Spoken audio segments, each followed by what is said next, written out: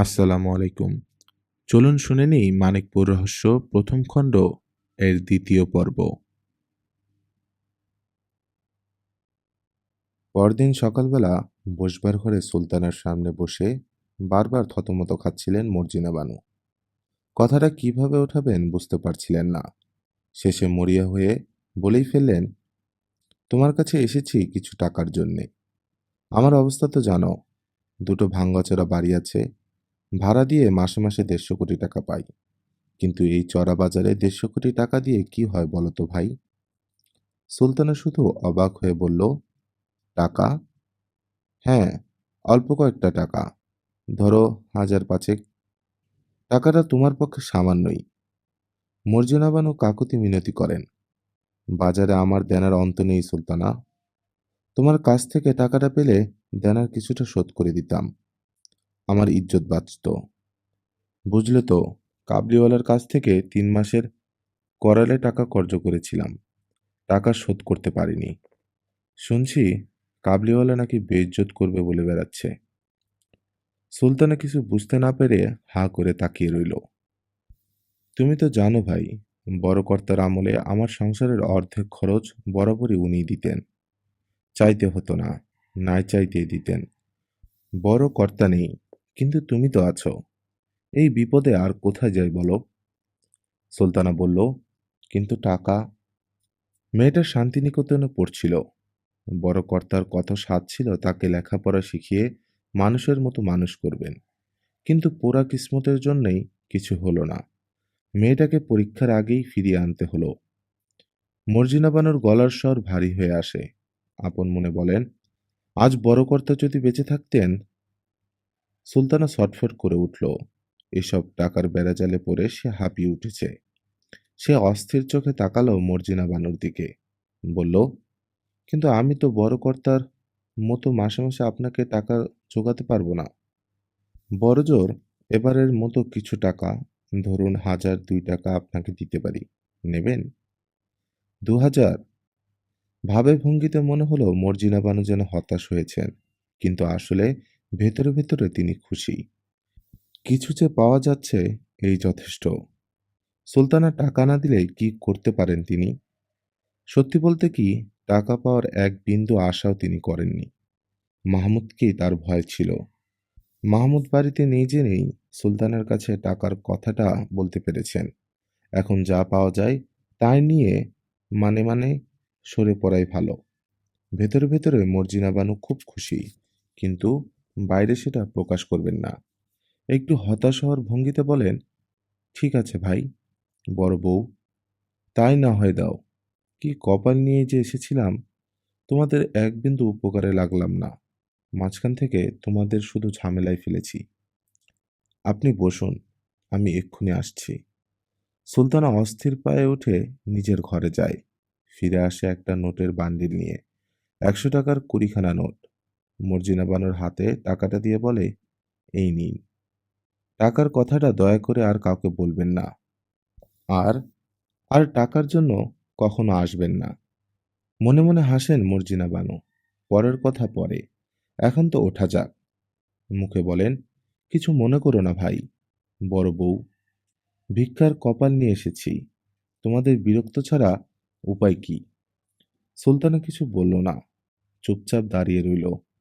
তাহলে এখন আসি, মেয়েটা বাড়িতে একলা আছে। আসুন, আবার আসবেন। নিশ্চয়ই আসবো, এ হলো গিয়ে বড় কর্তার বাড়ি। মর্জিনা বানু একগাল হাসলেন। নিজের বাড়ির ভাড়া, নিশ্চয়ই আসবো। বিদায় নিয়ে ঘর থেকে বেরোলেন। গেটের কাছে এসে দেখা হলো মাহমুদের সঙ্গে। মাহমুদের হাতে একটা দোনালা বন্দুক।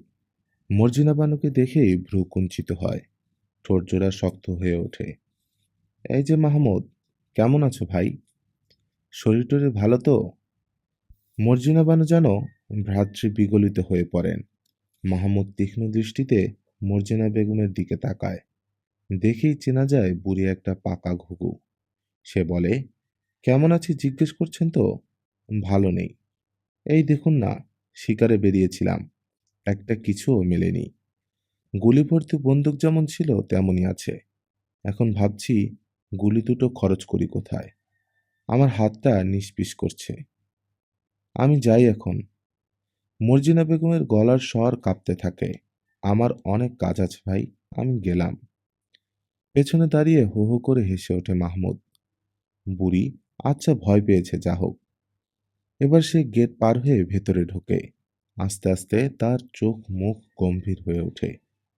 বন্দুক যথাস্থানে রেখে সে সুলতানার ঘরে ঢোকে। সুলতানা মুখে হাসি টেনে এনে বলে, এসো, শিকার টিকার মিলল কিছু? না, মানিকপুরে অনেক মানুষ আছে, কিন্তু মেরে আনন্দ পাওয়া যায় এমন পাখি একটাও নেই। পীরগঞ্জের টিলা থেকে কখন চিতাবাঘ বেরোয় তার অপেক্ষায় আছি। মৃদু হাসল মাহমুদ। একটা কোচের উপর বসল। বসে পা নাচাতে লাগলো এক দৃষ্টে সুলতানার দিকে তাকিয়ে। ভয়ে ফ্যাকাশে দেখায় সুলতানার মুখ। সুলতানা, বলো, ওই বুড়ি তোমার কাছে কেন এসেছিল? টাকা চাইতে না? হ্যাঁ, এবং দয়ার শরীর তোমার টাকা চাইতেই দিয়ে ফেলেছ, তাই না? খুব কাকুতি মিনতি করছিল আমার কাছে। বলছিল টাকা না দিলে নাকি ইজ্জত যায়। ইজ্জত যায়? চমৎকার। মানিকপুরের চৌধুরী বংশের মান ইজ্জত রাখার ভার তো তোমারই উপর। হুম, তা কত টাকা দিয়েছ? সুলতানা ভয়ে ভয়ে বলল, ২,০০০। ভালো। মাহমুদ তীক্ষ্ণ গলায় মন্তব্য করে, ভবিষ্যতে তোমার কি হবে জানো সুলতানা? চৌধুরী পরিবারের লোকেরা দল ভেদে তোমার কাছে আসবে টাকা চাইতে। টাকা দাও ভালো, না দিলে ডাকাতি করবে, তোমাকে খুন করবে টাকার জন্যে। সুলতানা আর্তনাদ করে উঠল। তার সঙ্গে তাল মিলিয়ে হা হা করে হেসে উঠল মাহমুদ। বলল, ওদের কিছু দোষ নেই, সুযোগ পেলে সবাই তাই করে, আমিও এই করতাম। একটু থেমে সে বলল, তোমাকে চিরতরে সরিয়ে দিতে পারলে চৌধুরী পরিবারের লাভটা কি দেখেছ? তোমাকে সরিয়ে দিতে পারলেই তারা রাতারাতি বার্ষিক ৫৬ লক্ষ টাকা আয়ের সম্পত্তি মালিক হয়ে যায়। সুলতানা পাথরের মতো অনড় ছবি হয়ে দাঁড়িয়ে থাকে। মাহমুদ শান্ত গলায় বলে, সুতরাং আমি যা বলি বিনা বাক্য ব্যয়ে তা পালন করাই কি তোমার উচিত না সুলতানা? অস্ফুট গলায় সুলতানা বলে, তুমি যা বলবে আমি তাই করব, কিন্তু দোহাই তোমার, ওসব ভয়ানক কথা আমাকে আর শুনিও না। বেশ, শোনাবো না। মাহমুদ হাসল মৃদু। বলল, মনে রেখো, আমি ছাড়া এই দুনিয়ার সবাই তোমার শত্রু। কাউকে দয়া করতে যেও না, বিশ্বাস করতে যেও না। আমি তাই করব, বিশ্বাস করো, তাই করব। কথা বলতে বলতে মাহমুদের নিকটবর্তী হয় সুলতানা। বলে, এখন তো আমাদের অনেক টাকা, চলো না কোথাও বেরিয়ে পড়ি। কোথায় যেতে চাও? যা হোক কোথাও। এই মানিকপুরে থেকে আমার দম বন্ধ হয়ে আসছে। চক্রান্ত ছাড়া কোনো খবর নেই এখানে। চলো, আমরা অনেক দূরে কোথাও চলে যাই। যাব সুলতানা। চারদিকে ষড়যন্ত্রের জাল। জালটা একটু গুটিয়ে আনতে পারলেই চলে যাব মানিকপুর থেকে। সুলতানা বলে, চৌধুরীরা ষড়যন্ত্র করছে তা কি বুঝি না ভেবেছ? সব বুঝি। চৌধুরীদের প্রত্যেকটা লোক ভয়ঙ্কর। মাহমুদ বলে, মানিকপুরের চৌধুরীদের কুটিল বুদ্ধি যথেষ্ট আছে, তা আমি স্বীকার করি সুলতানা, কিন্তু ওদের আমি থোড়াই কেয়ার করি। আমি যাকে ভয় করি সুলতানা, তার নাম কুয়াশা। চমকে উঠো না। কুয়াশা মানিকপুরে আছে। আমার সব দুর্বলতা ওর জানা। কুয়াশার সাথে আমার লড়াই চলছে সুলতানা। মাহমুদ কোচ থেকে উঠে দাঁড়ায়। বলে, লড়াই ফেলে আমি কখনো পালিয়ে যাই না সুলতানা। তুমি তো জানো এ আমার স্বভাব নয়। মানিকপুরে কিছুদিন আমাদের থাকতেই হবে। সুলতানা বলে, কিন্তু কতদিন? তা আমি নিজেই জানি না, তোমাকে বলবো কি করে? মাহমুদ হাসে। এগিয়ে এসে সুলতানার কাঁধে হাত রাখে। স্নেহের সুরে বলে, তুমি ভয় পেও না লক্ষ্মীটি। যতক্ষণ আমি তোমার পাশে আছি ততক্ষণ কারো সাধ্য নেই তোমার এতটুকু ক্ষতি করে। তুমি নিশ্চিত থেকো। দরজার কাছে পদশব্দ শোনা গেল। বড় বউ, আছো নাকি? সুলতানা মাহমুদের সান্নিধ্য থেকে দূরে সরে দাঁড়ায়। মাহমুদ বলে, কে? একমুখ মিষ্টি হাসি নিয়ে ঘরে ঢোকেন রাবেয়া সৈয়দ। বললেন, ভাই বোন দুজনেই আছো দেখছি, বিরক্ত করলাম না তো? অজান্তেই বিনীত হয়ে ওঠে সুলতানার চোখ মুখ। সারা মানিকপুরে রাবেয়া সৈয়দের মতো মানি গুণী মহিলা একটিও নেই। প্রথম দেখাই কেমন একটা সম্ভ্রম বোধ জাগে মহিলাকে দেখে। সুলতানা এগিয়ে আসে, বলে, না না, কিসের বিরক্ত করলেন? ভাইয়ার সঙ্গে গল্প করছিলাম। আপনি বসুন আপা। মাহমুদ কথা বলে না। সে গিয়ে দাঁড়ায় দক্ষিণের জানালা ঘেঁষে। হেমন্তকাল মাত্র শুরু হয়েছে। এরই মধ্যে গাছগাছালির সবুজ রং ধূসর হয়ে উঠেছে একটু। রাবেয়া সৈয়দ বসলেন। দেখেই বোঝা যায় এই মহিলা অত্যন্ত আত্মবিশ্বাসী আর দৃঢ় স্বভাবের। ভূমিকা ছাড়াই রাবেয়া সৈয়দ শুরু করলেন, আমার কারবারের লোকসানের কথা নিশ্চয়ই শুনেছ সুলতানা। ছোট কারবার, পুঁজিপাটা যা ছিল সব নৌকা ডুবিতে শেষ। এখন তুমি যদি কিছু টাকা ধার দাও তাহলে কারবারটা আবার শুরু করতে পারি। মাহমুদ এদিকে ফিরে তাকায়। শান্ত গলায় আস্তে আস্তে বলে, সেম ওল্ড স্টোরি। টাকা চাইতে এসেছেন। চাইতে নয়, ধার করতে। ওই একই কথা। মাহমুদ এগিয়ে এসে কোচের উপর রাবেয়া সৈয়দের মুখোমুখি বসল। বলল, এসব ব্যাপারে সুলতানের কিছু বলার নেই। আমি তার গার্জিয়ান। যা বলার আমাকে বলুন। বেশ তো, তোমাকেই বলছি। তুমি আমাদের বাড়ি বন্ধকের উপর ১,০৫০ টাকা ধার দাও। ৫০,০০০?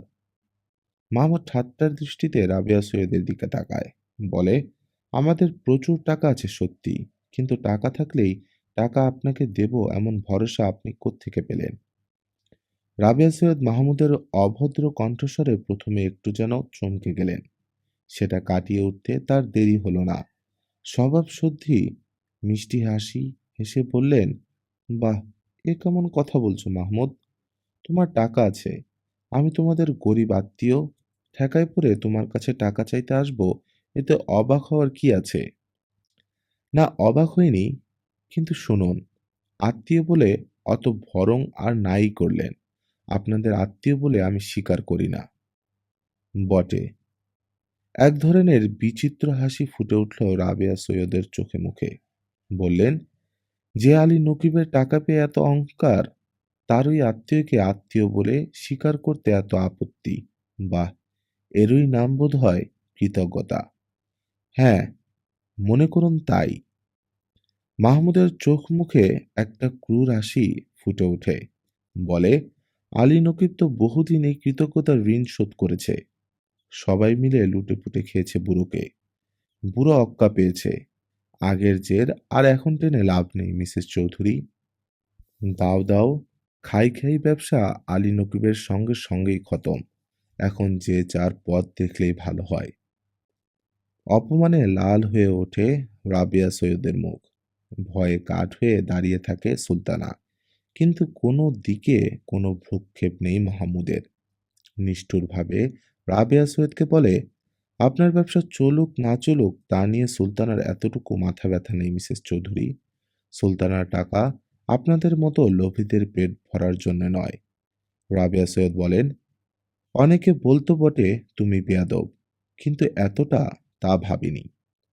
ও, আমি বেয়াদব? তা আমাকে কিরকম আশা করেছিলেন শুনি? টাকা চাইছেন শুনে ধন্য হয়ে যাব, বিনয়ে গলে গিয়ে চেয়ার এগিয়ে দিব, এই ভেবেছিলেন? রাবেয়া সৈয়দ উঠে দাঁড়ালেন।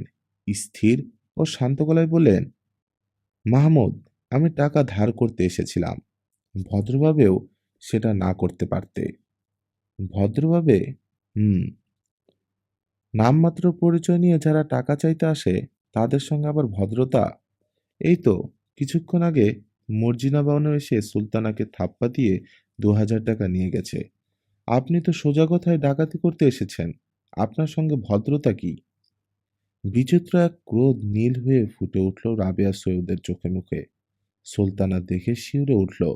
রাবেয়া সৈয়দ বললেন, এই অপমান আমি সহ্য করব না মাহমুদ, মনে রেখো। অস্ফুট স্বরে চেঁচিয়ে উঠে সুলতানা। বলে, ভাইয়া, ওকে ফিরতে বলো। রাবেয়া সৈয়দ বললেন, যে কোনো ক্ষতির জন্যে প্রস্তুত থেকো। আজ পর্যন্ত কখনো কাউকে ক্ষমা করিনি আমি। রাবেয়া সৈয়দ স্থির পায়ে ঘর থেকে চলে গেলেন। এক মুহূর্তকাল হতবাক হয়ে দাঁড়িয়ে রইল মাহমুদ।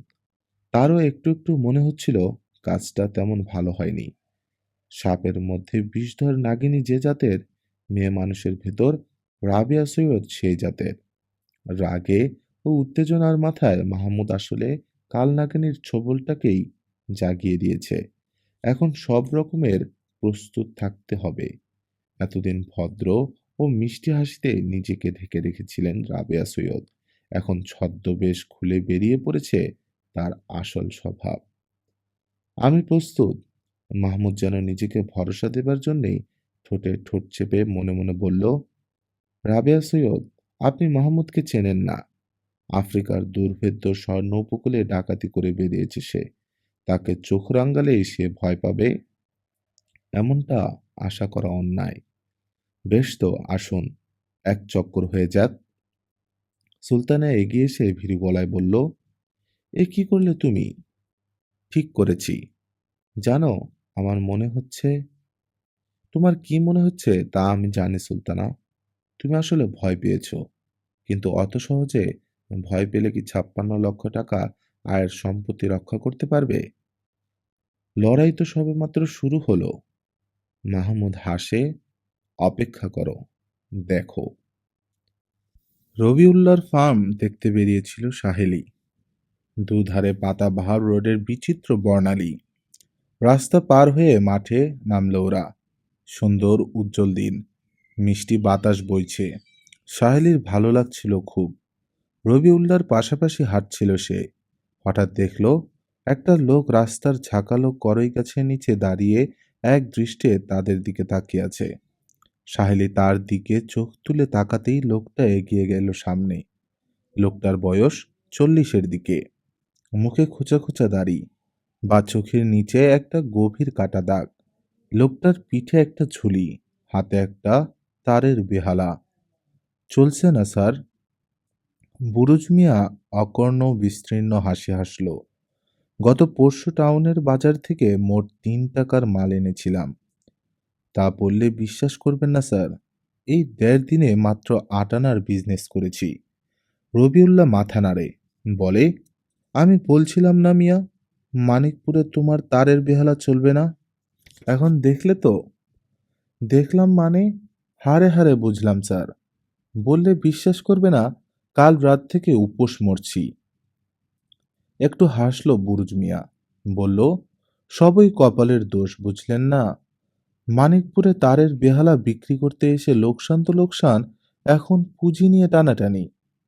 দিন স্যার, একটা সিগারেট দিন, বড় তেষ্টা লেগেছে।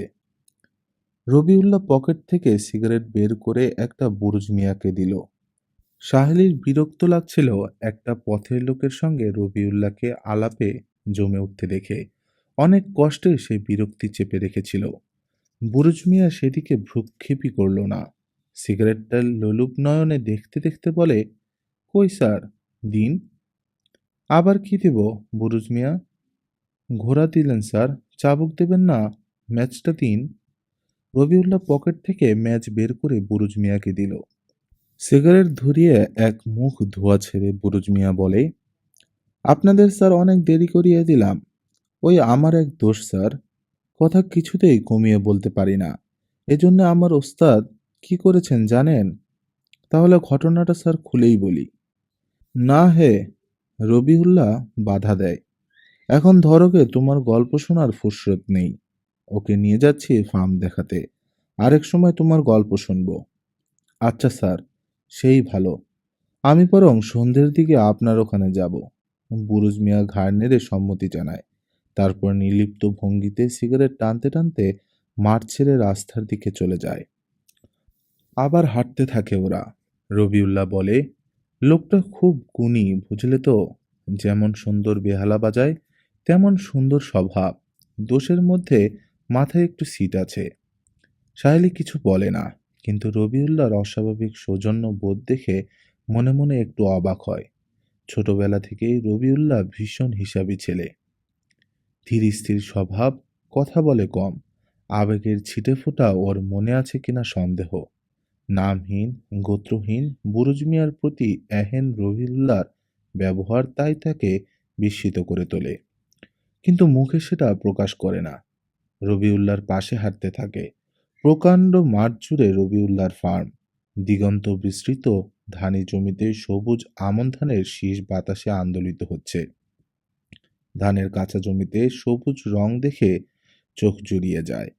খামার বাড়ির পিছনে সবজি ও কলা বাগান।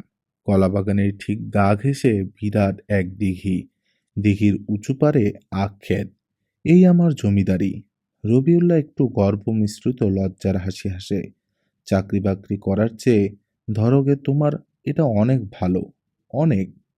সাহেলি সায় দেয়, বলে, দোষের মধ্যে সবাই তোমাকে চাষা বলে ঠাওরাবে। রবিউল্লাহ রাগ করে না। সাহেলির ঠাট্টা সহজভাবেই গ্রহণ করে। বলে, চাষা বলে বলুক না, তাতে ক্ষতিটা কি হচ্ছে? গায়ে তো আর ফোস্কা পড়ছে না। রবিউল্লাহ বুদ্ধিমান বিচক্ষণ লোক। সাহেলি মনে মনে স্বীকার করে, মিথ্যে, দুর্নাম ও সহজ প্রশংসার ধার ধারে না সে। নিজের লাইনে রবিউল্লাহ উন্নতি করবে এ একেবারে অবধারিত। রবিউল্লাহ বলে, ধানি জমি দেখলে? এবার চলো আখ ক্ষেত দেখিয়ে আনি।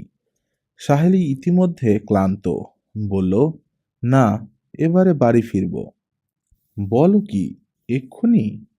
ঠিক আছে, চলো। আমার খামার বাড়িতে বসবে কিছুক্ষণ। খামার বাড়িতে ওরা কিছুক্ষণ বসল। রবিউল্লাহর খামার বাড়ির কিষান আব্দুল বাগানের পেঁপে কেটে খেতে দিল সাহেলিকে। বাড়িতে নিয়ে যাবে বলে এক গাদি সাগর কলা গাছ থেকে পেড়ে সামনে রাখল। রবিউল্লাহ তার ভবিষ্যৎ পরিকল্পনা খুলে বলছিল সাহেলিকে। ভবিষ্যতে উত্তর চকের রাজা সাহেবের পুরো মাঠটাই ফার্মের জন্য নেবে বলে আশা রাখে রবিউল্লাহ। মাটি যে রত্নগর্ভা তা সে ভালো করেই জেনেছে। এই মাটিতে সোনা ফলিয়েই আগামীতে সে চৌধুরী আলী নকবের মতো বিত্তশালী হওয়ার আশা রাখে। আশা করাটা খুব কি বোকামি? চৌধুরী আলী নকবের মতো অতটা না হোক, জীবনে স্বাচ্ছন্দ্য এনে দিতে পারে সেই পরিমাণ বিত্তও কি মাটি থেকে পারবে না অর্জন করতে?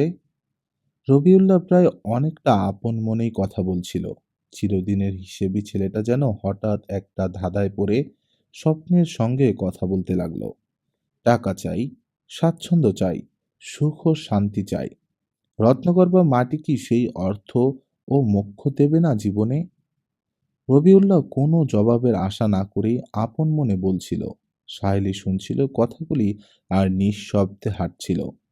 খামার বাড়ি থেকে বেরিয়ে তখন তারা মাঠে নেমেছে। পেছনে কলার কাঁদি নিয়ে আসছে কৃষাণ আব্দুল। বেলা একটার কম নয়। মাথার উপর সূর্য জ্বলছে। খোলা মাঠে হাওয়া ঝিরঝির করছে। এমন সময় পেছনে একটা যান্ত্রিক ঘর ঘর ঘর আওয়াজ পাওয়া গেল। দূর থেকে তীব্র গতিতে ছুটে আসতে দেখা গেল একটা বৃহৎ মোটর বাইককে।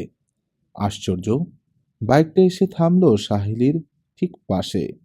আরও আশ্চর্য, 500 সিসি মিলিটারি মডেলের ট্রাম্প বাইকটির মালিক মাহমুদ হাসছিল সাহেলির দিকে তাকিয়ে।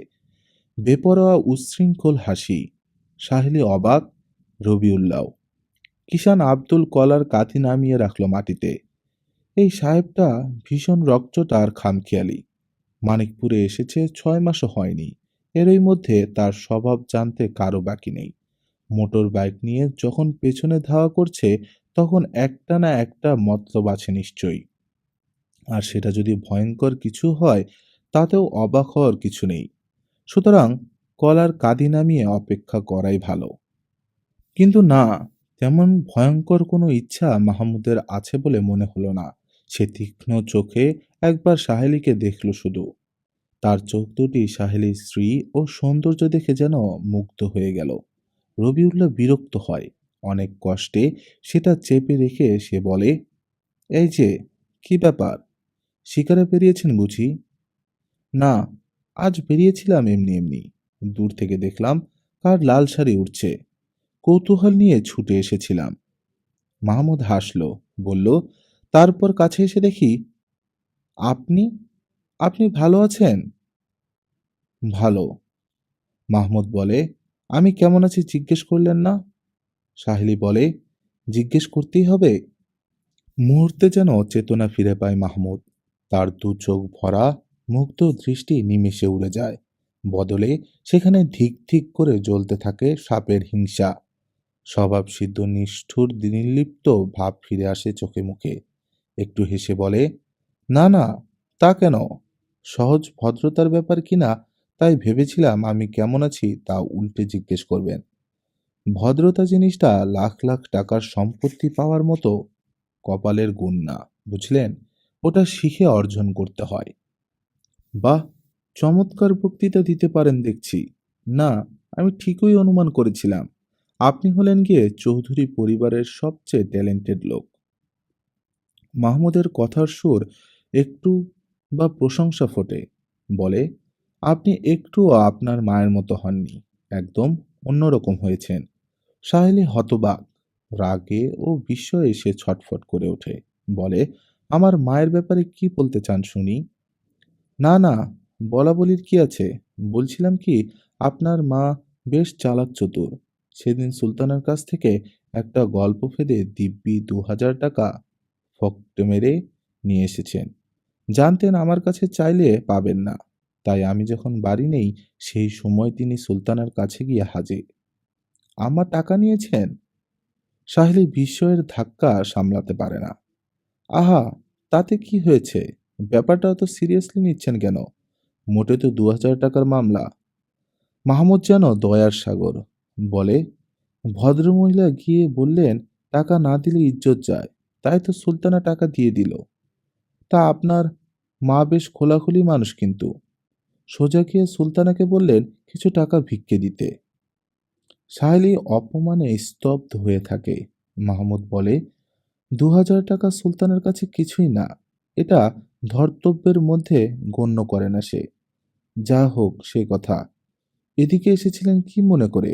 ফার্ম দেখতে? হ্যাঁ, রবিউল্লাহ সাহেব কৃষিকাজ জানেন বটে, ভালো কৃষক। আচ্ছা চলি, হয়তো শীঘ্রই আবার দেখা হবে। মাহমুদ তার মোটর সাইকেলের সিটে বসেই পা নামিয়ে কথা বলছিল। এইবার সে গাড়ি স্টার্ট দেয়। গর্জন করে ওঠে অতিকায় যন্ত্রটা মাহমুদের পায়ের এক লাথি খেয়ে। ইঞ্জিনের প্রচণ্ড গর্জন আর কম্পন শুনে মনে হচ্ছিল ছিপছিপে মাহমুদের পক্ষে ওটা বুঝি কন্ট্রোল করা সম্ভব হবে না। কিন্তু দেখা গেল শক্ত হাতে অবলীলাক্রমে হ্যান্ডেল চেপে ধরেছে মাহমুদ। ধোঁয়া আর গর্জন ছাড়িয়ে গাড়িটা তীব্র গতিতে ছুটে গেল রাস্তার দিকে। এতক্ষণে মুখ খোলে রবিউল্লাহ। বলে, লোকটা ধরকে তোমার একেবারে বাজে। আমাকে বলল কিনা কৃষিকাজ করি, কৃষক। মুখে একটুও আটকালো না বলতে। তা তুমি অমন চুপচাপ হয়ে গেলে কেন সাহেলি? এসব নিয়ে মন খারাপ করে লাভ আছে কিছু? লাভ লোকসানের কথা না। সাহেলির ঠোঁট জোড়া শক্ত দেখায়। বলে, আমি ভাবছি মান অপমানের কথা। রবি ভাই, ২,০০০ টাকা যে করে হোক আমাকে জোগাড় করতে হবে। ওই অভদ্র ইতর লোকটার মুখের উপর ছুঁড়ে মারতে হবে টাকাটা, নইলে আমি স্বস্তি পাব না। উহ, আম্মা এমন সর্বনেশে মানুষ কে জানতো? রবি ভাই, কি বলছো? তুমি আমাকে ২,০০০ টাকা ধার দেবে? ২,০০০ টাকা সামান্য টাকা না। রবিউল্লাহ আস্তে আস্তে বলে, জোগাড় করতে একটু সময় লাগবে বই কি। তাছাড়া একটু চিন্তা ভাবনাও করা দরকার। চিন্তা ভাবনা? সেটা আবার কি? সাহেলি হাবে ভাবে নির্মম হয়ে ওঠে। তুমি রাগ করছো বুঝতে পারছি সাহেলি। তাইতে তোমার রাগের কি আছে? মাহমুদ সাহেব এখন এই তল্লাটের সবচেয়ে টাকাওয়ালা মানুষ। খারাপ মানুষের হাতে টাকা হলো গিয়ে চাবুকের মতো। যার হাতে এই চাবুকটা আছে তাকে সবাই ভয় পায়। তুমি মাহমুদকে ভয় পাও? ভয়? রবিউল্লাহ একটু অন্যমনস্ক হয়ে ভাবে। বলে, না, ভয় ঠিক পাই না। আমি হলাম গিয়ে ঠান্ডা কিসিমের মানুষ। ভীতুই বলো আর দুর্বলই ভাবো, ভালো রকম ভেবেচিন্তে তবে আমি একটা কাজ করি। হাঙ্গামা ফ্যাসাদের ভেতর যেতে সহজে আমি চাই না। মাহমুদ সাহেবের সঙ্গে লড়ালড়ি ও একটা হাঙ্গামা। দেখছো না লোকটা ঝগড়া কুড়িয়ে বেড়াচ্ছে। সাহেলও অসহিষ্ণু হয়ে বলে, এই ইতরটার সঙ্গে ঝগড়া করতে কে যাচ্ছে শুনি? আমি চাইছি আম্মা যে টাকাটা নিয়েছেন সেটা শোধ দিতে। টাকা? রবিউল্লাহ চুপচাপ কিছুক্ষণ ভাবল, বলল, আচ্ছা, টাকাটা তোমাকে দিতে পারবো কিনা সেটা কাল বলতে পারবো। সাহেলি বলল, বেশ, তুমি টাকাটা ধার দিতে পারো ভালো, নতুবা যে করে হোক টাকা জোগাড় আমাকে করতেই হবে। রবিউল্লাহ দেখল সাহেলি উত্তেজিত। এখন তাকে কিছু বোঝাতে যাওয়া বিড়ম্বনা মাত্র। সে করল না।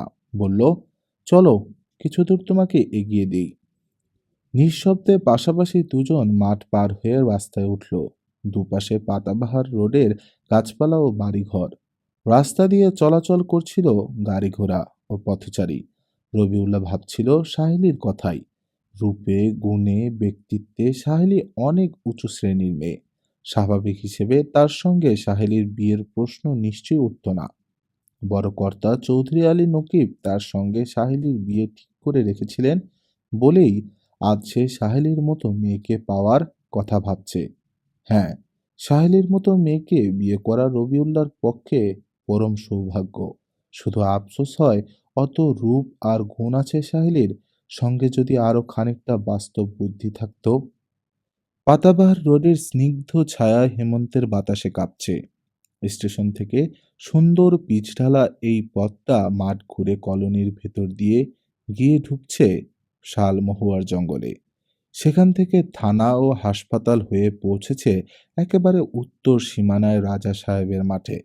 মাঠের কোল ঘেঁষে দাঁড়িয়ে আছে বিখ্যাত ট্যুরিস্ট হোটেল, হোটেল তাজ।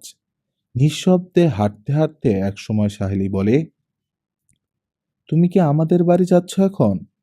না, কিছু দূর এগিয়ে দিচ্ছি তোমাকে। আর এগিয়ে দেওয়ার কি দরকার? এই তো বাড়ির কাছেই এসে গেছি। রবিউল্লাহ বলল, ঠিক আছে, আমি তাহলে কাল তোমাদের ওখানে যাচ্ছি। আচ্ছা। সাহেলি চলে গেল। রবিউল্লাহ আর এই অবেলায় ফার্মের দিকে গেল না।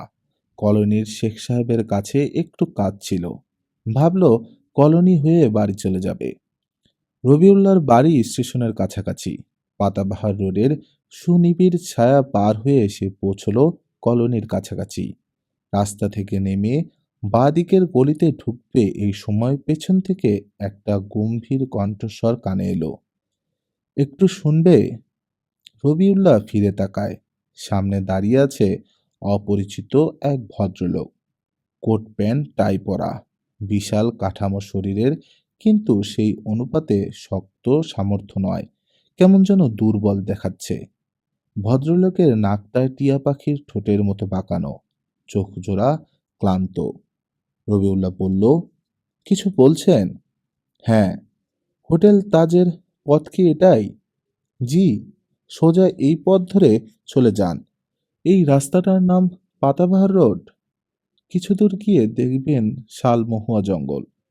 জঙ্গলের ভেতর দিয়ে রাস্তাটা হোটেল তাজে চলে গেছে।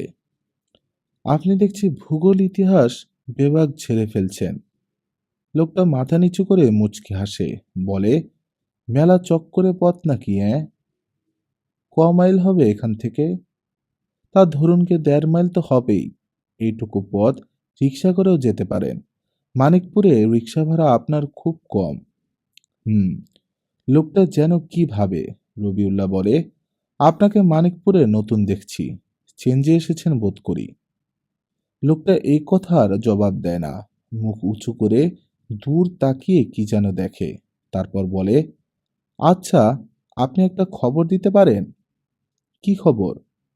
চৌধুরী আলী নকিব সাহেবের বিধবা স্ত্রী সুলতানা পারভিন কি এখনো মানিকপুরে আছেন, না অন্যত্র চলে গেছেন? না, তিনি এখনো মানিকপুরেই আছেন। আচ্ছা, ওতেই হবে। ব্যাগ হাতে লোকটা মাথা নিচু করে হনহনিয়ে হাঁটতে থাকে। কিছু দূর গিয়ে একটা খালি রিকশায় চেপে বসে। হাঁ করে সেদিকে কিছুক্ষণ তাকিয়ে রইল রবিউল্লাহ। লোকটা রিকশায় চেপে বোধহয় হোটেল তাজে চলল। কিছুক্ষণ আপন মনে কি যেন ভাবল রবিউল্লাহ। তারপর আর ইতস্তত না করে সেও একটা খালি রিকশা ডেকে নিল। রিকশাওয়ালাকে বলল, হোটেল তাজে চলো। রিকশা চলতে লাগলো। প্রকাণ্ড রাজা সাহেবের মাঠের কিনারায় দাঁড়িয়ে আছে হোটেল তাজ। দীর্ঘ প্রশস্ত বারান্দার উপর টালির ছাদ। ভেতরে যাবার সরু পথের দুপাশে মৌসুমী ফুলের বাগান। মানিকপুরে যারা টিলা পাহাড় দেখতে আসে, ঐতিহাসিক দুর্গ, রাজা সাহেবের মাঠ বা শাল মহুয়ার জঙ্গল দেখতে আসে, বা স্বাস্থ্য উদ্ধারে চেঞ্জে আসে, তারা সাধারণত এই হোটেলে এসে আশ্রয় নেয়। হোটেল তাজ মানিকপুরের গর্ব। জেলা শহরের অমন একটি স্বয়ংসম্পূর্ণ, সুন্দর ও পরিচ্ছন্ন হোটেল আছে কিনা সন্দেহ। প্রকাণ্ড ঢালু রাজা সাহেবের মাঠের কিনারায় ছবির মতন ছিমছাম ও সুন্দর হয়ে দাঁড়িয়ে আছে হোটেলটি। হোটেলের ম্যানেজার আইনুল হক মাত্র একজন খদ্দের রিসিভ করে বারান্দায় এসেছে। এই সময় বাগানের ছোট পথটি ধরে ব্যস্তভাবে আসতে দেখা গেল রবিউল্লাহকে। আরে রবিউল্লাহ, কি ব্যাপার এই সময়ে তুমি? একটা খবর জানতে এসেছি তোমার কাছে আইনুল। খবর? ঠিক আছে, বসো। এই বারান্দায় বসো না হয়। না হে, চলো একেবারে ঘরে। এই কিছুক্ষণ আগে যে লোকটি তোমাদের হোটেলে এসেছে, ওর নামটা আমার জানা দরকার। আইনুল হক রবিউল্লাহর ব্যক্তিগত বন্ধু। সে রবিউল্লাহর এই কৌতূহলে একটু অবাক না হয়ে পারে না, কিন্তু বিস্মিত ভাবটা চাপা দিয়ে সে রবিউল্লাহকে নিয়ে ঘরে আসে। রেজিস্টার খুলে নাম বের করে। রবিউল্লাহ প্রায় হুমড়ি খেয়ে পড়ে নাম ও ঠিকানার উপর। খাতায় লেখা আছে হাসান মাওলা, 24 মেহগনি রোড, ময়মনসিংহ। পেশা ব্যবসা। হাসান মাওলা। রবিউল্লাহ নামটা উচ্চারণ করে আর ভাবতে চেষ্টা করে এই ধরনের কাউকে সে চেনে কিনা। আইনুল হক বলে, কি হে, ব্যাপার কি? লোকটা তোমার চেনা জানা নাকি? না না, চেনা জানা কিছু না। লোকটা ধরোগে তোমার খুব অভদ্র। কি উদ্দেশ্যে মানিকপুরে এসেছে একটু জানা দরকার। ঠিক আছে, চিন্তা করো না। আজ থেকেই আমি মুন্সিকে পেছনে লাগিয়ে দিচ্ছি। তুমি খবর নিও। মুন্সি সব খোঁজ খবর করে তোমাকে জানাবে।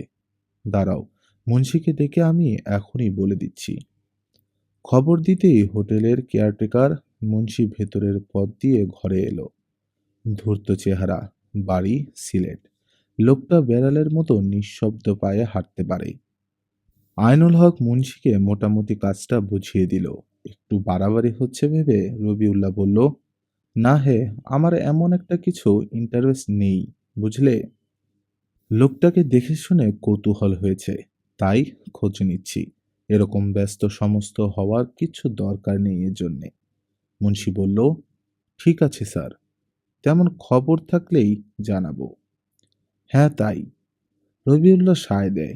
আইনুল হক বলে, মুন্সি আমাদের জন্য 2 পেয়ালা চায়ের কথা বলে এসো কিচেনে। কি হে, চায়ে আপত্তি নেই তো? রবিউল্লাহ একটু ইতস্তত করে বলে, আচ্ছা ঠিক আছে। মুন্সি চলে যায়। আইনুল হক বলে, তারপর তোমার বিয়ের গল্প বলো দোস্ত। রবিউল্লাহ সে কথার জবাব দেয় না। সে হঠাৎ চমকে ফিরে তাকায় পাশের কাচের জানালার দিকে। আইনুল হকও দেখল একটা ছায়ামূর্তি নিঃশব্দে কাচের জানালার ওপাশে ঘাপটি মেরে দাঁড়িয়ে আছে। চেঁচিয়ে ওঠে আইনুল হক, কে? কে ওখানে? ধপাস করে একটা পতনের শব্দ হলো।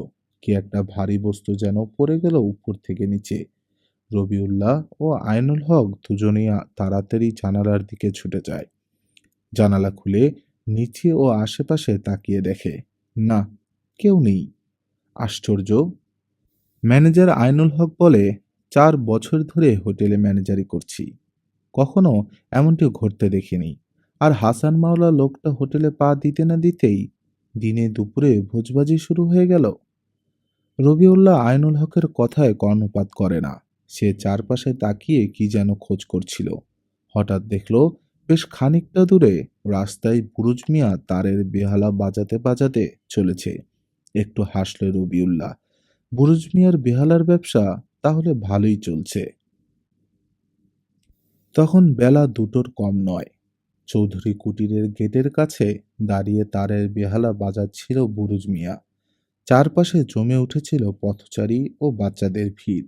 চোখ বুজে এক মনে বেহালা বাজাচ্ছিল বুরুজ মিয়া, আর সুরের তালে তালে মাথা দোলাচ্ছিল। দোতলার বারান্দায় দাঁড়িয়ে এক মনে বাজনা শুনছিল সুলতানা। বাজনা শুনে সে মুগ্ধ হয়ে পড়েছিল। লোকটা লোকপ্রিয় পরিচিত গানের গদ বাজাচ্ছে। থেকে থেকে পুরনো দিনের কথা মনে পড়ছে সুলতানার। পুরনো গানের সুরের পুরনো দিনগুলিও কি আশ্চর্য রকম মিশে থাকে। সুলতানা মুগ্ধ হয়ে বুরুজ মিয়ার বাজনা শুনছিল আর ভাবছিল লোকটাকে বাড়ির ভিতরে ডাকলে কেমন হয়। সুলতানা একটা তন্ময় হয়ে দাঁড়িয়েছিল দোতলা রেলিং ধরে। তার চমক ভাঙল মাহমুদের হাসির শব্দে। ঘর থেকে সেও এসে বারান্দায় দাঁড়িয়েছে। কি হাসছ যে? হাসছি তোমাকে দেখে। কি সরল আর সহজ তোমার মন সুলতানা, যে সাধারণ তারের বেহালা বাজনা শুনে তুমি একেবারে তন্ময়। এটা বুঝি হাসির ব্যাপার হলো তোমার কাছে? নিশ্চয়ই। যার কোটি কোটি টাকা আছে ব্যাংকে, সে রাস্তার একটা লোকের তারের বাজনা শুনে চেতনা হারিয়েছে ভাবতে হাসি পায় না? সুলতানা বিস্মিত হয়ে বলে, আমি তোমার কথা বুঝতে পারছি না।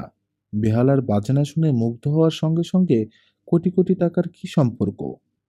মাহমুদ ও প্রশ্নের উত্তর না দিয়ে উল্টে জিজ্ঞেস করে, লোকটাকে বাড়ির ভেতরে ডেকে আনতে খুব ইচ্ছে করছে তাই না? তা করছে বই কি। লোকটাও তাই চায়? মানে? মাহমুদ গম্ভীর হয়ে বলে, কদিন ধরেই লক্ষ্য করছি এই বেহালা বাদক লোকটা আমাদের বাড়ির চারপাশে যখন তখন ঘুরঘুর করছে। প্রথমে ভেবেছিলাম ছিচকে চোর, কিন্তু এখন বুঝতে পারছি লোকটা গভীর জলের মাছ। সুলতানা কিছুক্ষণ কথা বলে না। তার চোখ মুখে আরক্তিম হয়ে ওঠে একটা জমাট বেদনা। আস্তে আস্তে বলে, হয়তো তোমার কথাই সত্যি। আমি অতটা তলিয়ে দেখিনি। বাজনা শুনেই মুগ্ধ হয়ে গিয়েছিলাম। এখন থেকে আমি সাবধান হলাম। কিন্তু এভাবে দম বন্ধ হয়ে কতদিন আর মানিকপুরে থাকতে হবে বলতে পারো? বেশি না। আর মাস দুই তোমাকে মানিকপুরে থাকতে হবে সুলতানা। এর ভেতর সব ঠিক হয়ে যাবে। মানিকপুরে এই ২ মাস থাকার সত্যি কি কোনো প্রয়োজন আছে বলতে চাও? হঠাৎ কপালের গুণে কোটি টাকার মালিক হয়ে গেছো সুলতানা। তাই কোটি টাকার মালিক হওয়ার যে কি বিপদ তা বুঝতে পারছো না। যদি বুঝতে, তাহলে এ প্রশ্ন আমাকে করতে না তুমি। সুলতানা বলল, তুমি রাগ করো না। বিশ্বাস করো, এখানে থেকে দম বন্ধ হয়ে আসছে আমার। মানিকপুরের এই দূষিত পরিবেশ ছেড়ে আর কোথাও না গেলে আমি বোধহয় দম বন্ধ হয়েই মারা পড়ব। মাঝে মাঝে মনে হয় কোটি কোটি টাকার মালিক হওয়ার চেয়ে আমার আগের জীবন অনেক সুখের ছিল। মাহমুদ একটু হাসল, বলল, শাখের করাত আসতেও কাটে, যেতেও কাটে সুলতানা। এই অবস্থায় আগের কথা কারো কাছে প্রকাশ করেছ তো ধনে প্রাণে মরেছ। তুমি নির্বোধ নও। এসব ভাবনা মন থেকে একদম ঝেড়ে ফেলো। এখন তোমার একমাত্র পরিচয় তুমি চৌধুরী আলী নকিবের বিধবা স্ত্রী। তোমার কোটি কোটি টাকার সম্পত্তি আছে দেশে বিদেশে।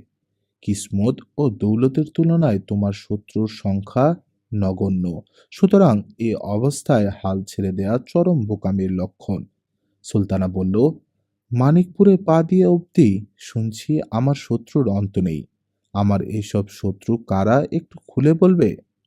সুলতানা আর কথা বলল না। উদাস হয়ে দাঁড়িয়ে রইল রেলিং ধরে। গেটের বাইরে বুরুজ মিয়া বেহালা বাজিয়ে অনেকক্ষণ বোধহয় চৌধুরী কুটিরের মালিকদের দৃষ্টি আকর্ষণ করার চেষ্টা করল। কিন্তু দৃষ্টি আকর্ষণ দূরে থাক, গেটের দারোয়ান পর্যন্ত ভালো মন্দ একটা কথা বলল না। আর অপেক্ষায় না থেকে বুরুজ মিয়া একটা ভিড় পেছনে নিয়ে বেহালা বাজাতে বাজাতে দূরে পাতাভাও রোডের সরপিল বাঁকে হারিয়ে গেল। মাহমুদ বলে, চলো সুলতানা, ঘরে চলো। চলো। সুলতানা ছোট্ট একটা নিঃশ্বাস ত্যাগ করলো।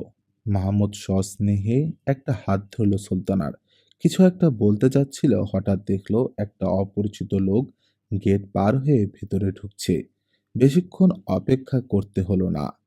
পিয়ন কালু এসে সালাম দিল। সুলতানার হাত আগেই ছেড়ে দিয়েছিল মাহমুদ। কালুর দিকে তাকিয়ে বলল, কি খবর কালু? হোটেল তাজের একজন কর্মচারী একটা চিঠি নিয়ে এসেছে স্যার। যে লোকটা এসেছে তাকে তুই চিনিস তাই না? জি স্যার, ওর নাম মতিন, হোটেল তাজের বেয়ারা। কালু ভয়ে ইতস্তত করতে লাগলো। মতিন বলল, খোদ সাহেব ছাড়া কারো কাছে তার নাকি চিঠি দেওয়ার হুকুম নেই। যদি বলেন তো স্যার মতিনকে উপরে আসতে বলি। বেশ, তাই কর। কালু নিচে গিয়ে হোটেল তাজের পেয়ারা মতিনকে নিয়ে এলো। বিনীতভাবে মাহমুদকে বলে মতিন, কসুর মাফ করবেন হুজুর। যিনি আমাকে এই চিঠিখানা দিয়েছেন, আপনাকে ছাড়া আর কাউকে সেটি দিতে তিনি মানা করে দিয়েছিলেন, তাই। ঠিক আছে, চিঠি দাও। মতিন চিঠিখানা দিল। সেলাম জানিয়ে কালো সঙ্গে সঙ্গে নিচে নেমে গেল। চিঠি হাতে নিয়ে কৌতূহলী হয়ে উঠল মাহমুদ।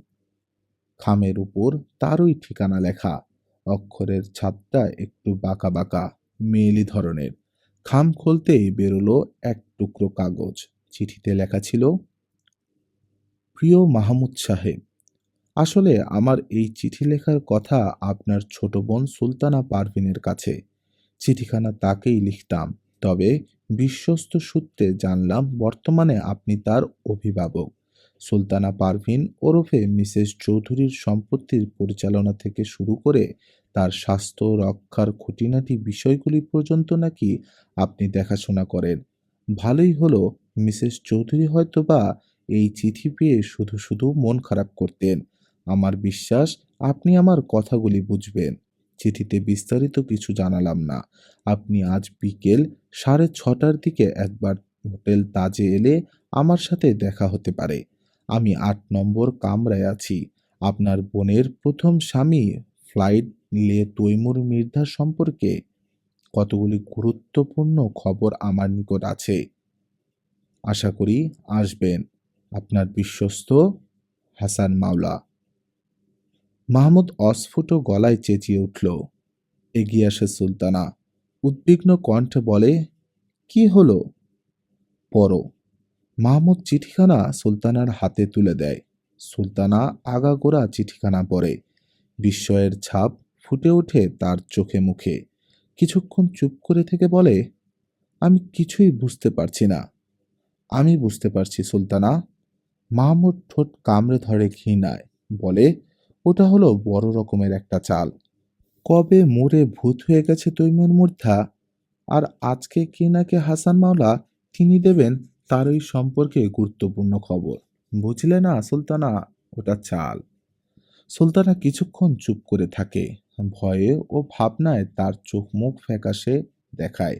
আস্তে আস্তে সে বলে, আচ্ছা, এমনও তো হতে পারে তৈমুর মির্ধা মরেনি, এই তো?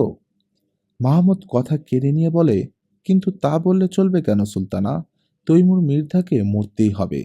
তৈমুর মির্ধার জীবিত থাকার অর্থ আলী নকিবের বার্ষিক 56 লক্ষ টাকা আয়ের সম্পত্তিটা হাতছাড়া হয়ে যাওয়া, বুঝতে পারছো? না। সুলতানা হঠাৎ যেন ভেঙে পড়ল হতাশায়। ক্ষোভজনিত বিদ্রোহের সুর ফুটল তার কথায়। বলল, আমি কিছু বুঝতে পারছি না। আমি কিছু বুঝতেও চাই না। এই বিশ্রী গোলকধাঁধা থেকে আমাকে তুমি মুক্তি দাও মাহমুদ। আমি এখান থেকে চলে যাব। ছি লক্ষ্মীটি, অমন ভেঙে পড়ো না। মাহমুদ যেন মিনতি করে।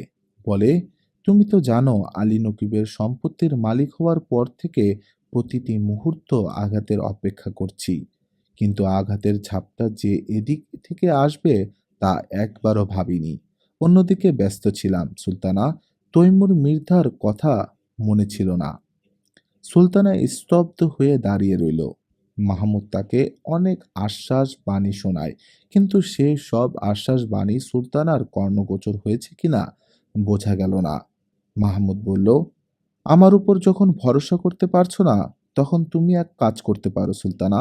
সোজা পুলিশের কাছে গিয়ে বলতে পারো যে। চকিতে ফিরে তাকায় সুলতানা। মাহমুদের মুখে হাত চাপা দেয়। বলে, দোহাই লাগে তোমার, চুপ করো। ওসব কথা বলো না আমাকে। মাহমুদ সুলতানার হাত সরিয়ে দিয়ে বলে, আমি কখনো এসব কথা তোমাকে বলতে চাই না, কিন্তু যখন দেখি তুমি আমার উপর আর আস্থা রাখতে পারছো না, তখন ইচ্ছে হয় আমি গিয়ে পুলিশকে সব জানিয়ে দিই। সুলতানা আস্তে আস্তে বলে, আমি খুব দুর্বল। আমার কথায় কিছু মনে করো না। আমার ভয় ভাবনার কথা ছেড়ে দাও। এই চিঠির ব্যাপারে কি করবে ভেবেছো কিছু? হ্যাঁ, হাসান মাওলার সঙ্গে বিকেলে দেখা করব। তারপর? সোজা ব্যাপার, অবস্থা বুঝে ব্যবস্থা করব। মাহমুদের চোখ মুখ ঘৃণায় আক্রোশে ভয়ঙ্কর দেখায়। বলে, আমি তো সাধু পুরুষ কিছু নই সুলতানা। নরহত্যা ইতিপূর্বে বহু করেছি, মাঝখানে ছেড়ে দিয়েছিলাম। প্রয়োজনে না হয় আরো দু একটা করব। দুপুরে খাওয়ার পর নিজের ঘরে মাহমুদ একাকী ছটফট করে বেড়ায়। চৌধুরীদের এতদিন মিথ্যেই প্রধান শত্রু বলে সন্দেহ করল। এদিকে ঘোড়ার চাল দিয়ে রেখেছে অদৃশ্য আরেকজন। কে সে? তৈমুর মির্ধা। তৈমুর মির্ধার তো শোনা গিয়েছিল অপঘাতে মারা পড়েছে, তবে কি সে মারা যায়নি? বিকেল হতে না হতেই কাপড় পরল সে। পকেটে পুরনো গুলি ভর্তি রিভলভারটা। সুলতানের নিজের ঘরে দাঁড়িয়েছিল তার অপেক্ষায়। মাহমুদ যেতেই উদ্বিগ্ন কণ্ঠে বলল, কখন ফিরছ? আগে দেখি তো কেমন মক্কেল। মাহমুদ একটু হাসে, বলে, যদ্দূর মনে হচ্ছে তাড়াতাড়ি ফিরতে পারবো। তুমি খামোকা চিন্তা করো না সুলতানা। মনে রেখো, শক্তি এবং বুদ্ধিতে আমার সঙ্গে পাল্লা দিতে পারে এমন কেউ মানিকপুরে নেই। সুলতানা স্থির হয়ে দাঁড়িয়ে রইল।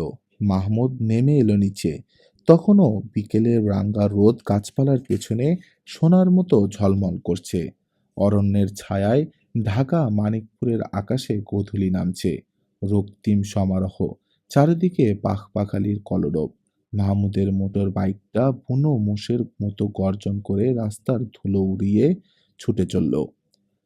হোটেল তাজে যখন পৌঁছল মাহমুদ, তখন ৫টা বেজে আরো কয়েক মিনিট। সম্মুখে বিশাল রাজা সাহেবের মাঠ গোধূলির উদাস আলোয় আচ্ছন্ন। দিগন্তে পীরগঞ্জের টিলার অসংখ্য ত্রিভুজ স্কেচের মতো দাঁড়িয়ে আছে আকাশের গায়ে। এক ঝাঁক বুনো পায়রা আকাশ পাড়ি দিয়ে উড়ে যাচ্ছে শালমহুয়ার অরণ্যের দিকে। হোটেলে পৌঁছে প্রথমেই দেখা হলো ম্যানেজার আইনুলের সঙ্গে।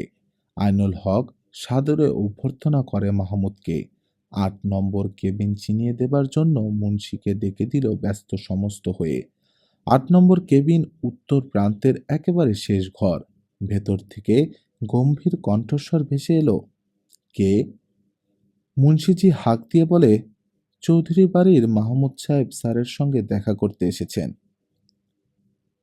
কয়েক সেকেন্ড নীরবতা, তারপরেই খুট করে দরজা খুলে যায়। সেই আগের গম্ভীর কণ্ঠ বলে, মাহমুদ সাহেব আসুন। ভেতরে ঢোকে মাহমুদ। দুজন দুজনের দিকে তীক্ষ্ণ দৃষ্টিতে তাকায়। হাসান মাওলা মৃদু হাসে, বলে, বসুন মাহমুদ সাহেব, আমি আপনার জন্যই অপেক্ষা করেছিলাম। আপনি নির্ধারিত সময়ের ৩ মিনিট আগে এসেছেন। So kind of you. দয়া করে বসুন, চা আনতে বলি কেমন? বেশ, বলুন, চায়ের সঙ্গে আর কিছু? হাসান মাওলার প্রচণ্ড ভদ্রতা বোধ দেখে কাজ চলে যায় মাহমুদের। মনে মনে অশ্লীল ভাষায় গালিগালাজ করে সে। মুখে বলে, আমার জন্য আর কিছু করার দরকার নেই। Excuse me for a moment, আমি চায়ের কথাটা বলে আসি। হাসান মাওলা বাইরে আসে, সতর্ক দৃষ্টিতে চারপাশে তাকিয়ে কেউ আছে কিনা লক্ষ্য করে। তারপর একটা বয়কে ডেকে চায়ের অর্ডার দিয়ে ঘরে ফিরে আসে। এবার সমঝোতার পালা। দুজনেই দুজনের দিকে তীক্ষ্ণ দৃষ্টিতে তাকিয়ে থাকে কিছুক্ষণ। তারপর হঠাৎ নীরবতা ভেঙে প্রায় কঠোর কণ্ঠে মাহমুদ বলে, এবার কেন তলব করেছেন দয়া করে খুলে বলুন মাওলা সাহেব। বলছি, কিন্তু তার আগে না হোক তকলিফ দেওয়ার জন্য প্রথমেই মাপ চাইছি। আপনার ভদ্রতাবোধ অসাধারণ। হাসান মাওলা বলে, এভাবে চিঠি লিখে নিশ্চয়ই আপনাদের অবাক করে দিয়েছি। হ্যাঁ, সেই কৃতিত্বটুকু আপনি অনায়াসে দাবি করতে পারেন বটে। আমরা ভাই বোন দুজন আপনার চিঠি পেয়ে খুব অবাক হয়েছি। আমি এজন্যে খুবই দুঃখিত মাহমুদ সাহেব, কিন্তু কি করব? এছাড়া আর কোনো উপায় ছিল না সামনে। যাকগে, এবার কাজের কথায় আসি। আচ্ছা, বাই দ্য বাই, আপনি কি কখনো আপনার বোন মিসেস সুলতানা পারভিনের প্রথম স্বামী তৈমুর মির্ধাকে দেখেছেন? দেখব না কেন? হাজার হোক একটা মাত্র বোন আমার, তার স্বামীকে দেখব না? হাসান মাওলার চোখে মুখে একটা তীব্র ঠাট্টার হাসি ফুটে উঠল। বলল, মিথ্যে কথা বলবেন না মাহমুদ সাহেব। আপনি তৈমুর মির্ধাকে কখনো দেখেননি। আপনার অভিনেত্রী বোন সুলতানা পারভিন যখন স্কোয়াড্রন লিডার তৈমুর মির্ধাকে বিয়ে করেন, তখন আপনি সুদূর আফ্রিকার গিনি উপকূলে ডাকাতি করে বেড়াতেন, ঠিক কি না? আপনার সঙ্গে সুলতানা পারভিনের দেখা হয় দীর্ঘ ১০ বছর পরে। তখন সুলতানা পারভিন লাহোর সিনেমা জগতের উচ্ছল নায়িকার জীবনযাপন করছেন। তৈমুর মির্ধার মৃত্যুর খবর প্রচারিত হয়েছে তারও বেশ কবছর আগে। চমৎকার নাটকীয় বর্ণনা। তারপর? হ্যাঁ, তারপরের কথাও আমি জানি। আফ্রিকার গিনি উপকূল থেকে ফিরে আপনি অর্থোপার্জনের দাও খুঁজে বেড়াচ্ছিলেন। বুড়ো আলী নকিব এই সময় সুলতানা পারভীনের রূপে উন্মত্ত হয়ে বিবাহের প্রস্তাব পাঠান। সুলতানা পারভীন ঘৃণা ভরে সেই প্রস্তাব প্রত্যাখ্যান করেন। কিন্তু আপনি? দেখতে দেখতে মাহমুদের মুখমণ্ডল হিংস্রতায় ভয়ঙ্কর হয়ে ওঠে। সে তরিতাহতের মতো উঠে দাঁড়ায়। চাপা গর্জন বেরিয়ে আসে উত্তেজিত কণ্ঠ থেকে। Shut up, you rascal! উত্তেজিত হবেন না মাহমুদ সাহেব, বসুন। আমার কথা এখনো শেষ হয়নি। আমি এতক্ষণ শুধু ভূমিকাটুকুই সারছিলাম। বসুন, দাঁড়িয়ে থাকবেন না। হাসান মাওলা নির্লিপ্ত ভঙ্গিতে হাসে। আমি সবই জানি মাহমুদ সাহেব। অপরাধ নেবেন না দয়া করে। আপনার কোনো ক্ষতি করা আমার ইচ্ছা নয়। আগে কথাগুলি শুনুন, তারপর আপনার যা ইচ্ছা হয় করবেন। রিভলভার বের করে লাভ কি বলুন? ইচ্ছে করলেও এই অবস্থায় খুন করা আপনার পক্ষে উচিত হবে না। মাহমুদ পকেটে হাত দিয়ে রিভলভারের বাটটা সজোরে চেপে ধরেছিল। হাসান মাওলার কথায় একটু বক্র দৃষ্টিতে তাকিয়ে হাসে। বলে, কোনটা উচিত কোনটা অনুচিত সেটা বিচার করার ভার আপনার উপর নয়। আমার সব কথাই যখন আপনি জানেন, তখন আশা করি এটাও বলে দিতে হবে না যে দরকার পড়লে যে কোনো অবস্থায় খুন করতে আমি এতটুকু দ্বিধা করি না।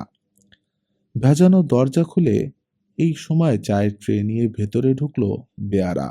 ট্রে নামিয়ে নিঃশব্দে সে চলে গেল।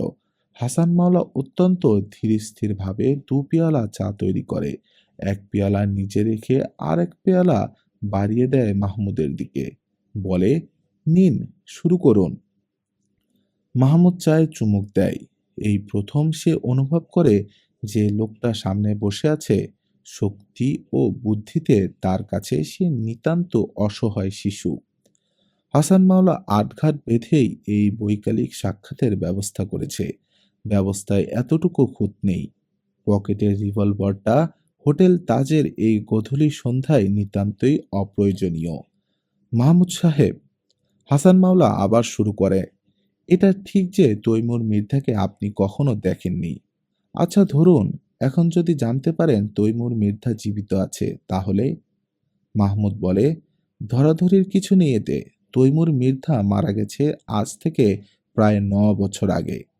হ্যাঁ, 9 বছর আগে এরকম একটা খবরই প্রচারিত হয়েছিল বটে। আর খবরটা প্রচার করেছিল স্বয়ং তৈমুর মির্ধাই। মানে? মানেটা খুব সহজ। তৈমুর মির্জা আসলে মারা যায়নি। কোনো একটা বিশেষ কারণে তাকে মৃত্যুর সংবাদ প্রচার করতে হয়েছিল মাত্র। মাহমুদ বলল, হ্যাঁ, আপনার মস্তিষ্ক যে উর্বর তা স্বীকার করতে হয় মাওলা সাহেব। তা এই গাঁজাখুরি খবরটা দিতেই কি আপনি মানিকপুরে এসেছিলেন? আপনার কাছে খবরটা গাঁজাখুরি হতে পারে, কারণ সত্যি কথাটা চোখে আঙ্গুল দিয়ে বোঝালেও আপনি বুঝবেন না।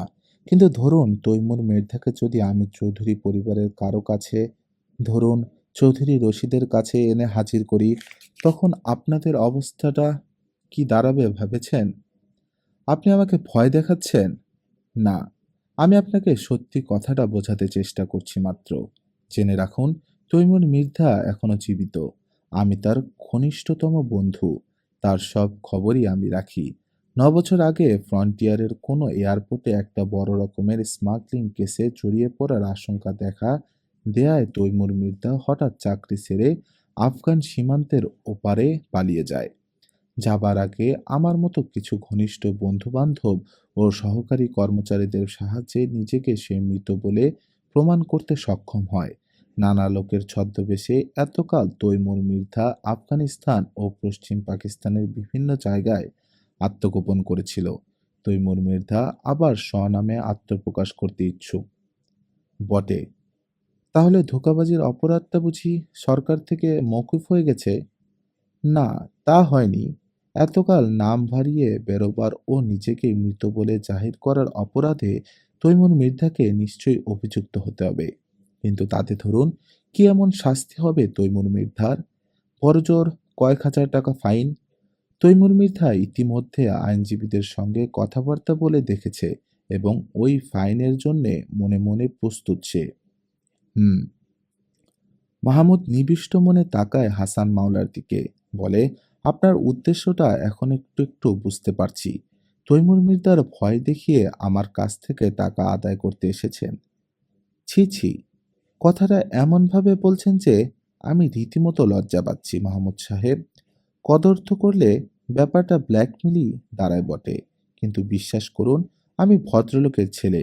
নেহাত অসুবিধায় পড়েই আপনার কাছে টাকা চাইতে এসেছি। কত টাকা? তা ধরুন 1,00,000-1.5 লাখ টাকা দিলেই আমার এবং তৈমুর মির্ধার মুখ চিরতরে বন্ধ হয়ে যাবে। বিশ্বাস করবেন না জানি। ভাবছেন একবার টাকা পেলে আপনাকে একেবারে পেয়ে বসবো, বারবার আসবো টাকা চাইতে। কিন্তু ভদ্রলোকের এক কথা, বিশ্বাস করেন আর না করেন আপনার ইচ্ছা। মাহমুদ বলল, তৈমুর মির্ধাকে যদি আমার সামনে হাজির করতে পারেন তাহলে আমি টাকা দিতে পারি। হো হো করে হাসল হাসান মাওলা। কিছুতেই তার হাসি থামে না। অনেক কষ্টে হাসি থামিয়ে সে বলে, আপনি খুব মজার কথা বলতে পারেন মাইরি। তৈমুর মির্ধাকে সামনে হাজির করে দিই, আর আপনি সুযোগ বুঝে আমাদের দুজনকেই জমের বাড়ি পাঠিয়ে নিষ্কণ্ঠন হন। আপনাদের জমের বাড়ি যাওয়ার সম্ভাবনা কি এখনই কিছু কম আছে মনে করেন? তা মনে করি বৈকি। তৈমুর মির্ধাকে আপনি কোথায় পাচ্ছেন যে মারবেন? আমাকে অবশ্য ইচ্ছে করলে এখানেই আজরাইলের হাতে সঁপে দিতে পারেন, কিন্তু আমি যেখানে তৈমুর মির্ধার বন্ধু আর তৈমুর মির্ধা সশরীরে জীবিত, সেখানে আমাকে খুন করলে আপনার অবস্থাটা কি হবে চিন্তা করুন। হাসান মাওলা খুব হাসে, তবে তীক্ষ্ণ চোখজোড়া জ্বলজ্বলে করতে থাকে। একটু থেমে সে বলে, ব্যাপারটা আশা করি আপনি বুঝেছেন। আমাকে ধরুন ওই তৈমুর মির্ধাই পাঠিয়েছে আপনার কাছে। আর এখন ভীষণ অর্থাভাব। লোকটা খুব খেয়ালি। যা কিছু উপার্জন করেছিল সব বেমালুম উড়িয়ে বসেছে। তা খেয়ালি হলে কি হবে? তার মাথাটা একেবারে পাকা। খবরের কাগজে চৌধুরী আলী নকিবের মৃত্যু আর সেই সঙ্গে সুলতানা পারভিনের কোটি কোটি টাকার সম্পত্তির পাওয়ার সংবাদটা চোখে পড়েছে। অমনি বুঝলেন কিনা একটা প্ল্যান গজিয়ে উঠল মাথায়। তৈমুর মির্ধার কথাটা হলো, তার জীবিত অবস্থায় সুলতানা পারভিন কি করে মিসেস চৌধুরী আলী নকিব হয়। কাবিননামার শর্তে আছে, স্বামী 12 বছর নিখোঁজ থাকার পর স্ত্রী ইচ্ছে করলে দ্বিতীয়বার নিকাহ করতে পারে। তা 12 বছর তো হয়নি, হয়েছে মোট 9 বছর, 9.5 বছর। সুতরাং চৌধুরী আলী নকিবের সঙ্গে সুলতানা পারভিনের বিয়েটাই অবৈধ। তা যদি হয়, অর্থাৎ বিয়েটাই যদি অবৈধ হয়, তাহলে সুলতানা পারভিন আইনত চৌধুরী আলী নকিবের সম্পত্তি পেতে পারে না। আর যদি পেতে হয়, সামান্য 1.5 লক্ষ টাকা খরচ করতে হবে। মাহমুদ বলল, একটা ধাপ্পাবাজিতে ভুলবার পাত্র আমি না। স্পষ্ট কথাই বলা ভালো। টাকা আমি দেব না। বেশ তো, না দিলেন। আমাকে তাহলে একবার চৌধুরীদের কাছ থেকে ঘুরে আসতে হবে। আমি জানি ওরা অনেক রকম ফন্দি ফিকির করছে আলী নকিবের সম্পত্তিতে কামড় বসাবার জন্যে। কিছুতেই সুবিধা করতে পারছিল না। এইবার তৈমুর মির্ধার বেঁচে থাকার খবরটা পেলে জিগে উঠবে। তুমি একটা স্টুপিড হাসান মাওলা, দাঁতে দাঁত ঘষে বলে মাহমুদ। আর আপনি একটা নাক উঁচু শয়তান। হাসান মাওলা হাসে। আমি কি সেটা যথাসময়ে বুঝতে পারবে। তা কত টাকা চাইছিলে? 1.5 লাখ। অসম্ভব। টাকাটা 1 লাখে নামিয়ে আনতে পারো। বেশ, কিন্তু চেক চলবে না, কারেন্সি নোট চাই। দেব, কিন্তু কদিন সময় দিতে হবে? 48 ঘন্টা সময় দিলাম। এর ভেতর টাকাটা দিয়ে দিতে হবে। এত অল্প সময়ে শহরের ব্যাংক থেকে টাকা তুলে এনে দেয়া সম্ভব নাও হতে পারে। তাহলে আগামী বৃহস্পতিবার? ঠিক আছে। মাহমুদ সায় দেয়, দম নিয়ে বলে, কিন্তু যদি ফের ব্ল্যাকমেইল করতে আসো? তা যে আসবো না তা আপনি জানেন মাহমুদ সাহেব। চোরেরও একটা ধর্ম আছে। All right. মাহমুদ উঠে দাঁড়ায়, বলে, বৃহস্পতিবার সন্ধ্যার পর আমি টাকা দিতে আসব। আশা করি আমাদের এই আলাপটা আর কেউ জানবে না। নিশ্চিন্ত থাকুন, আপনার ক্ষতি করবার উদ্দেশ্যে আমি মানিকপুরে আসিনি। মাহমুদ দরজা খুলে বেরিয়ে আসে। হাসান মাওলা দরজা বন্ধ করে দিয়ে ঘরের ভেতর পায়চারি করতে থাকে। ধীরে ধীরে তার চোখে মুখে ফুটে ওঠে শঠতার হাসি। সেই হাসি দেখে আতঙ্কিত হয়ে ওঠে মুন্সিজির চোখমুখ। ৭-৮ নম্বর কেবিনে লুকিয়ে হার্ডবোর্ডের ছোট একটা ছিদ্রে চোখ লাগিয়ে এতক্ষণ সে সবকিছু দেখছিল, শুনছিল। মাহমুদ চলে যাবার পর লুকানো জায়গা ছেড়ে সেও ছুটল রবিউল্লাহর উদ্দেশ্যে। সাহেবকে খবরটা এক্ষুনি দিতে হবে। শুনলেন মানিকপুর রহস্য প্রথম খণ্ড এর দ্বিতীয় পর্ব। আরও ঘনীভূত হচ্ছে মানিকপুরের অজানা ষড়যন্ত্র। কুয়াশার অনুসন্ধান এবার পৌঁছাচ্ছে এক গুরুত্বপূর্ণ মোড়ে। গল্প ভালো লাগলে কমেন্টে জানান, লাইক দিন, শেয়ার করুন আর সাবস্ক্রাইব করে পাশে থাকুন শেষ পর্বে রহস্যভেদের চূড়ান্ত পর্যায়ে পৌঁছানোর জন্য। ধন্যবাদ সবাইকে। সুস্থ থাকুন, সচেতন থাকুন আর গল্পে থাকুন।